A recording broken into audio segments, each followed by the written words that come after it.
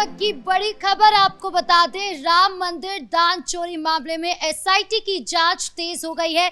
लगातार एसआईटी जांच कर रही है और उन्होंने अब तक 100 से ज्यादा कर्मचारियों से पूछताछ कर ली है और अभी भी वो पूछताछ कर ही रहे हैं। साथ ही आपको बता दें, उन्होंने ये भी खुलासा किया है कि कल तक जिस सीसीटीवी के बारे में वो बात कर रहे थे, आज उस सीसीटीवी कैमरे से सबूत भी पाए गए हैं कि चोरी हुई है और वो सीसीटीवी कैमरे में भी कैद हो गई है, जिसकी फुटेज अभी तक मीडिया के सामने आने नहीं दिया गया या फिर कहीं पे भी सोशल मीडिया पर नहीं आया है। दूसरी तरफ आपको बता दें, विपक्ष भी लगातार सियासत गरमाने की कोशिश कर रहा है। संजय सिंह जो है वो लगातार बयान दे रहे हैं, वो एक ही बात कह रहे हैं कि चंपत राय के खिलाफ एफआईआर दर्ज होनी चाहिए, हम इसकी मांग करते हैं। यही नहीं, अभी मुक्तेश्वर आनंद सरस्वती ने भी राम मंदिर ट्रस्ट को लेकर बड़ी बड़ी बातें कही हैं। और इसी बीच आपको बता दें, योगी आदित्यनाथ भी आज अयोध्या पहुंच रहे हैं, जहां पर वो राम मंदिर में दर्शन भी करेंगे और इस पूरे मामले को लेकर जांच भी करेंगे और यहाँ पर बैठेंगे, समीक्षा बैठक करेंगे, देखेंगे कि क्या कुछ चल रहा है इस मामले को लेकर। तो पूरी अपडेट बताएंगे आपको। मेरे साथ मौजूद है मेरे सहयोगी हर्षी से। सबसे पहले बात करें सीएम योगी की, तो आज सीएम योगी पहुंचने वाले हैं अयोध्या में, क्या कुछ होगा? देखिए, सीएम योगी आदित्यनाथ 3:30 बजे के तकरीबन वहां पर पहुंचेंगे और ये कहा जा रहा है कि उससे पहले भी वो पहुंच सकते हैं, क्योंकि तैयारियां मुकम्मल कर ली गई हैं और अयोध्या के राम मंदिर में रामलला के वो दर्शन भी करेंगे। हालांकि प्रोग्राम पूरा ये है कि जो म्यूजियम बनाया गया है अयोध्या के राम मंदिर के पास, उसका वो उद्घाटन करते हुए नजर आएंगे और वहां पर आज से लोग जाएंगे, उस म्यूजियम को खोल दिया जाएगा और वहां पर लोग आके देखेंगे जो भारत की संस्कृति है। उस म्यूजियम में जो कलाकृति रखी गई हैं और टिकट लेकर आसानी से लोग जा सकेंगे। इसका उद्देश्य ये है कि पर्यटन को किस तरीके से मजबूत किया जा सके और जैसे रामलला के दर्शन करने के लिए विश्व भर से लोग आ रहे हैं, वैसे ही उस म्यूजियम में भी विश्व भर से लोग जाएं और हम देखेंगे कि किस तरीके से जो आर्थिक लाभ है वो उत्तर प्रदेश की सरकार को मिलेगा। अब बात करते हैं राम मंदिर चोरी मामले को लेकर, क्योंकि योगी आदित्यनाथ जब राम मंदिर पहुंच रहे हैं तो कहीं ना कहीं ये कहा जा रहा है कि एक समीक्षा बैठक की जा सकती है। फिलहाल इसकी कोई आधिकारिक पुष्टि नहीं है, लेकिन इतना जरूर है कि जो ट्रस्ट के तमाम लोग हैं उनके लिए भी कहा जा रहा है कि ट्रस्ट के तमाम लोग योगी आदित्यनाथ के साथ नजर नहीं आएंगे। फिलहाल ऐसा होगा या नहीं होगा ये तो खैर वक्त ही बता पाएगा, क्योंकि ट्रस्ट पर जो सवाल उठ रहे हैं और जो विपक्ष सवाल उठा रहा है वो कहीं ना कहीं काफी गंभीर हैं और इन सारे सवालों का जवाब कहीं ना कहीं एसआईटी देगी, क्योंकि 24 तारीख को, इसी 24 जून को एसआईटी की तरफ से एक विस्तृत रिपोर्ट सीएम योगी को दी जानी है, जिसके बाद बाकायदा एक प्रेस कॉन्फ्रेंस भी की जाएगी और बताया जाएगा कि आखिर मुख्य आरोपी कौन है और किसने करोड़ों का गबन कर लिया।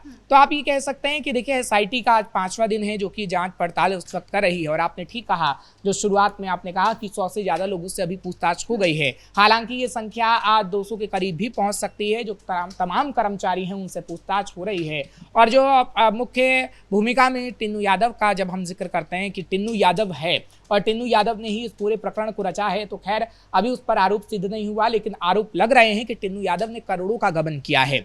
और तो और खबर ये भी मिल रही है, क्योंकि ट्रस्ट के जो तमाम लोग हैं, एसआईटी ने जब उनसे पूछताछ की है तो ट्रस्ट के लोग ये कह रहे हैं कि जो सीसीटीवी कैमरा था, सीसीटीवी कैमरे में पता लगा है कि एक व्यक्ति किस तरीके से, जो कर्मचारी वहां का था, उसने नोटों की गड्डियों को बॉक्स में रखने की बजाय अपने पास रख लिया। आखिर वो कर्मचारी कौन था, अब इसका नाम सामने नहीं आ पाया है। क्या वो टिन्नू यादव ही था या तमाम और अन्य कर्मचारी थे जो सीसीटीवी फुटेज में ऐसा नजर आ रहे थे? क्योंकि देखिए, सीसीटीवी फुटेज का अगर हम जिक्र करते हैं तो अगर पूरा रिकॉर्ड आप देखेंगी तो कुछ ही दिन ऐसा होता है, 45 दिन या 1 महीना उसमें रिकॉर्ड होता है, उसके बाद वो खुद ही डिलीट हो जाता है, ऐसा ट्रस्ट के लोगों का भी कहना है।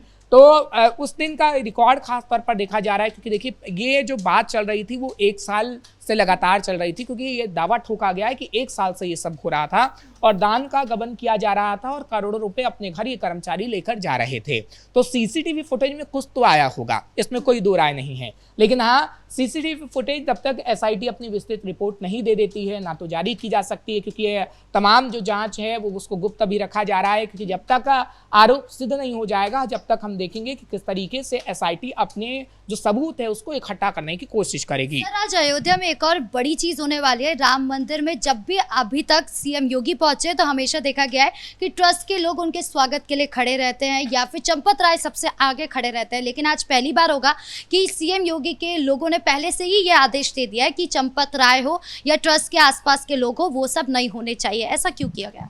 देखिए, अभी सूत्रों के हवाले से एक खबर मिल रही है कि चंपत राय या तमाम लोगों को मना किया गया है, लेकिन आधिकारिक पुष्टि अभी इस पर नहीं हुई है।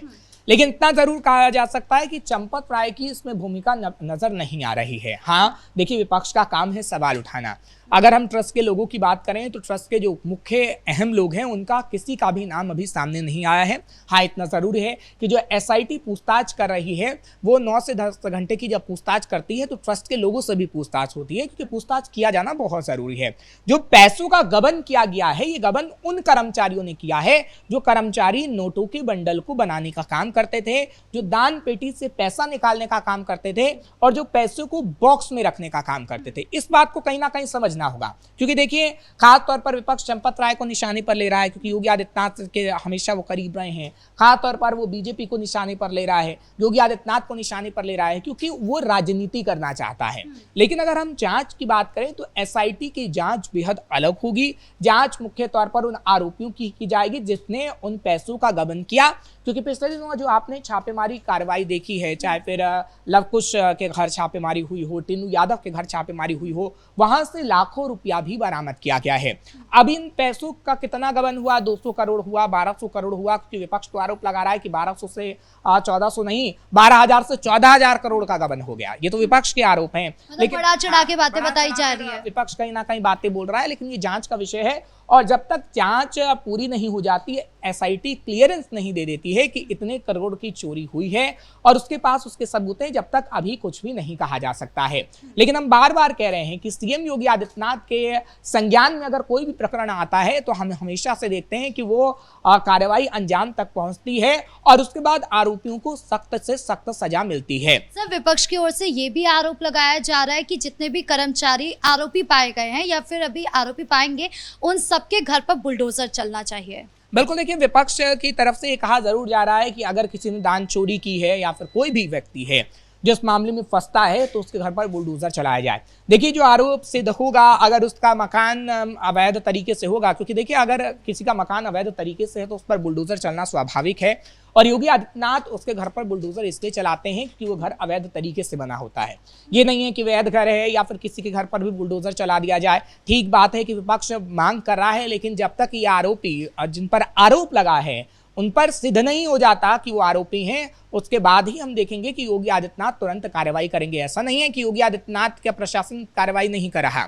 अगर ऐसा होता तो शायद एसआईटी गठित ना हुई होती और आज हम नहीं देख रहे होते कि आज एसआईटी का 5वां दिन है और 7 दिन तक लगातार एसआईटी जांच करके 24 तारीख को सीएम योगी आदित्यनाथ को एक विस्तृत रिपोर्ट देगी। योगी आदित्यनाथ अभी जो है अयोध्या पहुंच गए और उन्होंने सीधे सीधे एक ही बात कही है कि जितने भी लोग हैं इस मामले में फंसे उन सब पर कार्रवाई होगी, कोई एक भी बख्शा नहीं जाएगा। बिल्कुल, देखिए, योगी आदित्यनाथ शुरू से ये कह रहे हैं कि आरोपी कभी भी बख्शे नहीं जाएंगे और अपराधी हो, तमाम आरोपी हो, उस पर योगी आदित्यनाथ का एक्शन हुआ है। लेकिन सबसे बड़ी बात ये होगी कि आज संबोधन में योगी आदित्यनाथ क्या कुछ कहेंगे, क्योंकि जब म्यूजियम का उद्घाटन किया जाएगा वहां पर हम देखेंगे कि लोगों का आना शुरू हो जाएगा, तो योगी आदित्यनाथ का संबोधन भी होगा और ये कहा जा रहा है कि योगी आदित्यनाथ तो उसी मंच से, वहां पर जो मंच बनाया गया है उस मंच से विपक्ष के मुंह पर तमाचा मारने का काम करेंगे, क्योंकि इससे पहले भी हमने देखा है कि किस तरीके से कार सेवकों का जिक्र हुआ कि मुलायम सिंह यादव की सरकार में कार सेवकों पर गोली चलाई गई। इससे पहले सनातन का जिक्र हुआ कि अब सनातन का जिक्र आखिर अखिलेश यादव और कांग्रेस क्यों कर रहे हैं।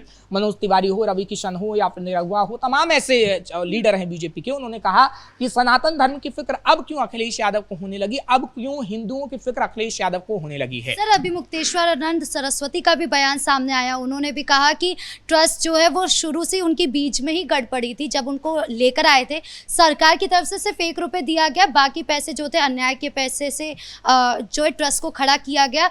आज तक सरकार ने उनको पैसे नहीं दिए, इसकी वजह से उन्होंने इतना बड़ा घोटाला किया। देखिए, अभी मुक्तेश्वरानंद की अगर हम बात करें तो अभी मुक्तेश्वरानंद जो भी आप तक बात बोलते आए हैं उन बातों में कोई भी दम नजर नहीं होता नजर आया, क्योंकि आपने महाकुंभ के दौरान भी देखा कि किस तरीके से दूसरा गेट बनाया गया, लेकिन उन्होंने जबरदस्ती उसी गेट को चुना जहां से प्रशासन ने मना किया था। बड़ा विवाद हो गया। उसके बाद जब पुलिस प्रशासन की तरफ से यह कहा गया कि भैया आप हमारी बात मानिए, तब भी उनकी बैठकों ने बात नहीं मानी है, जिसके बाद काफी बड़ा विवाद हुआ। फिर हालांकि यौन शोषण के आरोप लगे तो कोर्ट के अंदर वो पहुंचे हैं। हालांकि देखिए, अभी मुक्तेश्वरानंद जो बातें कह रहे हैं वो राजनीति से प्रेरित भी कहीं ना कहीं दिखती हुई नजर आ रही हैं। क्योंकि देखिए, अभी मुक्तेश्वरानंद जब मामले में फंसे हैं तो उनके पास तमाम विपक्षी पार्टियों के लोग गए हैं और ऐसा नहीं है कि अभी मुक्तेश्वरानंद की तरफ से बिहार के अंदर चुनाव लड़ने का ऐलान ना किया गया हो उनके शिष्यों की तरफ से।